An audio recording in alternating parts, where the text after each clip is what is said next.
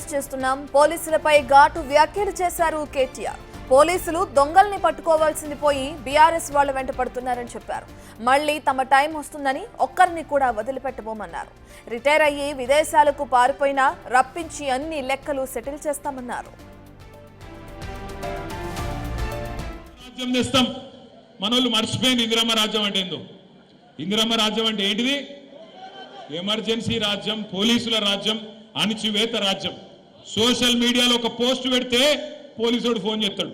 వాడిని దొంగలు పట్టుడు ఇడిచిపెట్టిండు పోలీసుడు. బీఆర్ఎస్ వాళ్ళు ఎంబడి వాడుడే నేర్చుకున్నాడు. పోస్ట్ పెట్టగానే ఫోన్. నేను ఒక్కటే మాటిస్తున్నా మీకు, నేను కేసీఆర్ గారు అంత మంచోని కాదు. మళ్ళా మన టైం వస్తుంది, మళ్ళా బరాబర్ మన టైం వస్తుంది.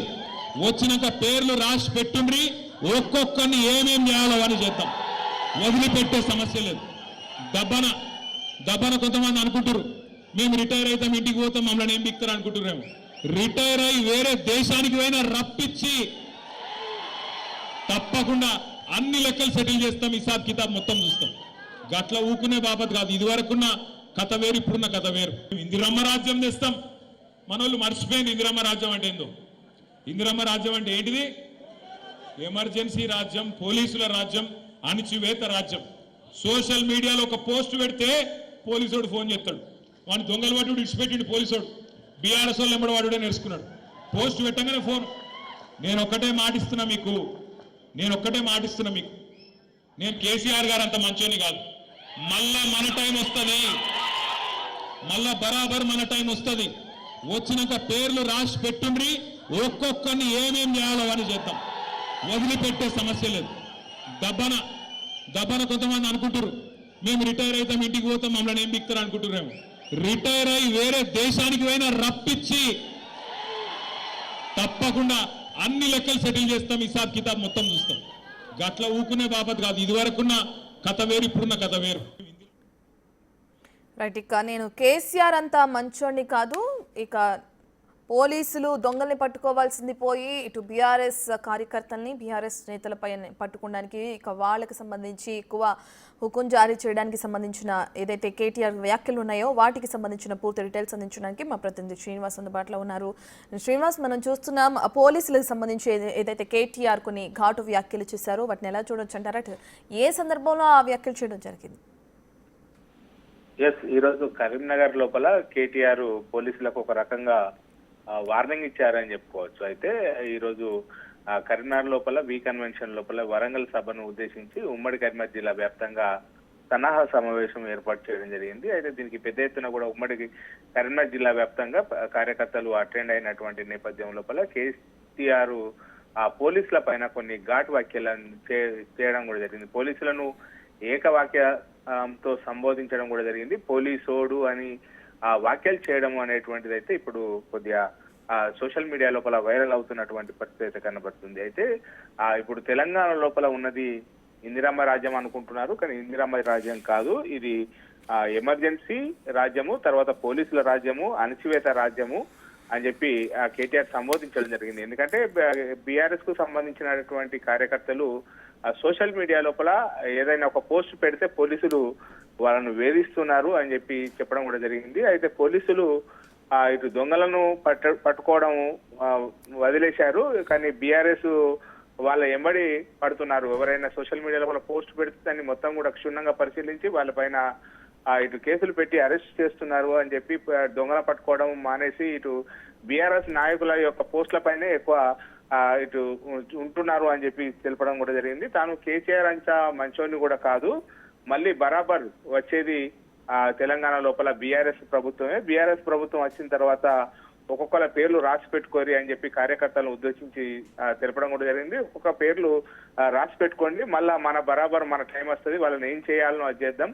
పోలీసు వాళ్ళు ఒకవేళ రిటైర్మెంట్ అయిన తర్వాత వాళ్ళు విదేశాల్లో ఉన్నా కానీ వాళ్ళని వదిలిపెట్టే ప్రసక్తి లేదు. ఎవరైతే ప్రస్తుతం కాంగ్రెస్ ప్రభుత్వానికి అనుకూలంగా పనిచేసారో వాళ్ళు ఖచ్చితంగా వాళ్ళ అంతు చూస్తాము అనేటువంటి యాంగిల్లో కేటీఆర్ పోలీసులను ఒక బెదిరించడం అయితే జరిగింది. ఇలా పోలీసుల పైన ఏకవాక్యంతో సంబోధించి ఇలా బెదిరింపు వ్యాఖ్యలు చేయడం అనేటువంటిది ఇప్పుడు బీఆర్ఎస్ శ్రేణులు తమ సోషల్ మీడియా వేదికగా అయితే ఇప్పుడు కేటీఆర్ వ్యాఖ్యలను షేర్ చేస్తున్నటువంటి పరిస్థితి కనబడుతుంది. ఒకవేళ విదేశాల్లో ఉన్నా కానీ ఇండియాకు రప్పించి బరాబర్ వాళ్ళకు రావాల్సిన సెటిల్మెంట్ చేస్తామని చెప్పి చేసినటువంటి వ్యాఖ్యలు అయితే ఇప్పుడు సోషల్ మీడియా లోపల ఒక దుమారం నేపుతున్నటువంటి పరిస్థితి కనబడుతుంది మనకు.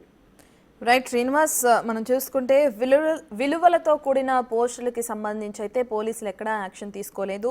ఏదైతే సీఎం రేవంత్ రెడ్డి చెప్పారో కొన్ని దిగజారిన మాటలు మాట్లాడుతూ కూడా కావాలని ఇంట్లో ఉన్న మహిళల్ని అవమానపరుస్తూ పోస్టులు పెట్టడం కానీ వాళ్ళని విమర్శించడం జరుగుతుందో అటువంటి వారిపైనే చర్యలు తీసుకుంటున్నాం అని చెప్పి మీకు దానికి సంబంధించి మరి పోలీసులకి వార్నింగ్ ఇస్తే వాళ్ళ విధుల ప్రకారం వాళ్ళ పని వాళ్ళు చేస్తున్నారు. వాళ్ళని బెదిరిస్తే ఏమొస్తుందని కేటీఆర్ ఈ విధమైన వ్యాఖ్యలు చేయడం జరుగుతుంది.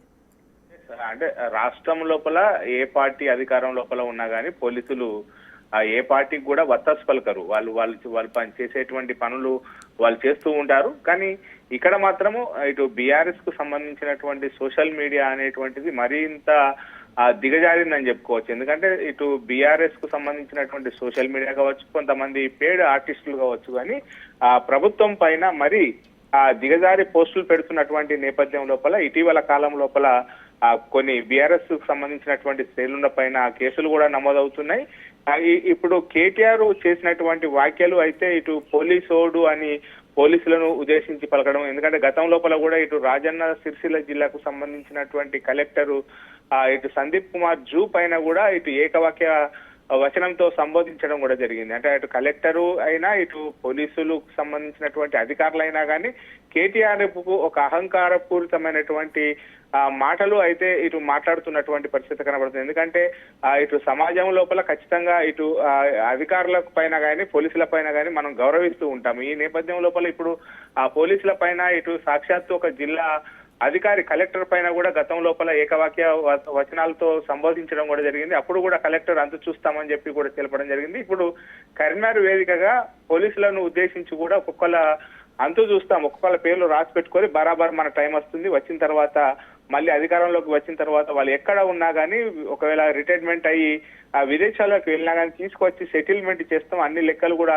సెటిల్మెంట్ చేస్తామని చెప్పి తెలపడం అనేటువంటిది ఇటు కేటీఆర్ యొక్క అహంకారపూరితమైనటువంటి వ్యాఖ్యలు అని చెప్పుకోవచ్చు. ఇప్పుడు సోషల్ మీడియా లోపల ఇప్పుడు కేటీఆర్ వ్యాఖ్యలను కూడా ఇటు బీఆర్ఎస్ కు సంబంధించినటువంటి శ్రేణులు సోషల్ మీడియా లోపల దాన్ని షేర్ చేస్తున్నారు. ఇటు ట్విట్టర్ తర్వాత ఫేస్బుక్ వేదికగా షేర్ చేస్తూ కూడా వాళ్ళు ఇటు చేస్తున్నటువంటి పరిస్థితి కనబడుతుంది. రచన శ్రీనివాస్, మీరు చెప్పిన ప్రకారమే ఇప్పుడు సోషల్ మీడియాలో ఏదైతే కేటీఆర్ వ్యాఖ్యలు అంతా వైరల్ అవుతున్నాయి, ఇక దాని ప్రకారం చూసుకుంటే మరి ఈ వ్యాఖ్యలకి సంబంధించి పోలీస్ సంఘాలు కానీ లేదంటే పోలీస్ ఉన్నతాధికారులు కానీ ఎవరైనా స్పందించే అవకాశం కనిపిస్తుందా? పోలీసులు కూడా ఈ విషయాన్ని ఖచ్చితంగా సీరియస్ గా తీసుకోవాల్సినటువంటి పరిస్థితి అయితే ఉంటుంది. ఎందుకంటే గత ప్రభుత్వ హయాము లోపల ఇటు ముఖ్యమంత్రి కొడుకుగా కేటీఆర్ వ్యవహరించారు. తర్వాత ఆ ప్రభుత్వం లోపల కూడా అన్ని తానై వ్యవహరించినటువంటి కేటీఆర్ ఇలా దిగజారి ఇలాంటి వ్యాఖ్యలు చేయడం అనేటువంటిది అయితే కరెక్ట్ కాదు. ఎందుకంటే ఆ పోలీసులు అంటే ఖచ్చితంగా వాళ్ళను గౌరవించాల్సినటువంటి పరిస్థితి ఉంటుంది. పోలీసులైనా కానీ ఇటు కలెక్టర్ లాంటి అధికారులైనా కానీ ఖచ్చితంగా గౌరవించాలి. కానీ ఆ పోలీసోడు అని చెప్పి ఏకవాక్యంతో సంబోధించడము అంటే ఏదైనా విషయం లోపల ఇటు బీఆర్ఎస్ కు సంబంధించినటువంటి వారు తప్పుడు పోస్టులు చేస్తే ఖచ్చితంగా వాళ్ళపైన కేసులు పెడుతూ ఉంటారు. ఆ వ్యాఖ్యలను అలాంటి ఉంటే పోలీసులతో మాట్లాడాల్సినటువంటి పరిస్థితి. ఎందుకంటే ఇటీవల కాలం లోపల బీఆర్ఎస్ కు సంబంధించినటువంటి శ్రేణులు చాలా దిగజారి కూడా ఇటు ఫేక్ వార్తలతో షేర్ చేస్తున్నట్టు ప్రభుత్వాన్ని బదనం చేసేటువంటి ప్రయత్నం చేస్తున్నారు. ఈ నేపథ్యం లోపలనే ఇటు తెలంగాణ రాష్ట్రం అంతా కూడా కేసులు నమోదవుతున్నటువంటి పరిస్థితి. ఇప్పుడు ఖచ్చితంగా ఈ వీటిపైన ఇటు కార్యకర్తలు వద్ద అయితే ఇటు కేటీఆర్ పోలీసులను ఉద్దేశించి ఇలాంటి వ్యాఖ్యలు చేయడం అనేటువంటిది కరెక్ట్ కాదు అని చెప్పి అయితే చాలా మంది ఇటు వివిధ పార్టీలకు చెందినటువంటి వారు కావచ్చు, పోలీసులు కావచ్చు, దీన్ని ఇది కరెక్ట్ కాదు అని చెప్పి తెలపడం కూడా జరిగింది. మరి పోలీసు అధికారులు దీనిపైన ఏ విధంగా స్పందిస్తారో చూడాల్సినటువంటి అవసరం అయితే ఉన్నది మనకు. Right, thank you Srinivas. Indiramma రాజ్యం తెస్తాం, మనోళ్ళు మర్చిపోయింది ఇందిరమ్మ రాజ్యం అంటే ఏందో. ఇందిరమ్మ రాజ్యం అంటే ఏంటిది? ఎమర్జెన్సీ రాజ్యం, పోలీసుల రాజ్యం, అణచివేత రాజ్యం. సోషల్ మీడియాలో ఒక పోస్ట్ పెడితే పోలీసుడు ఫోన్ చేస్తాడు,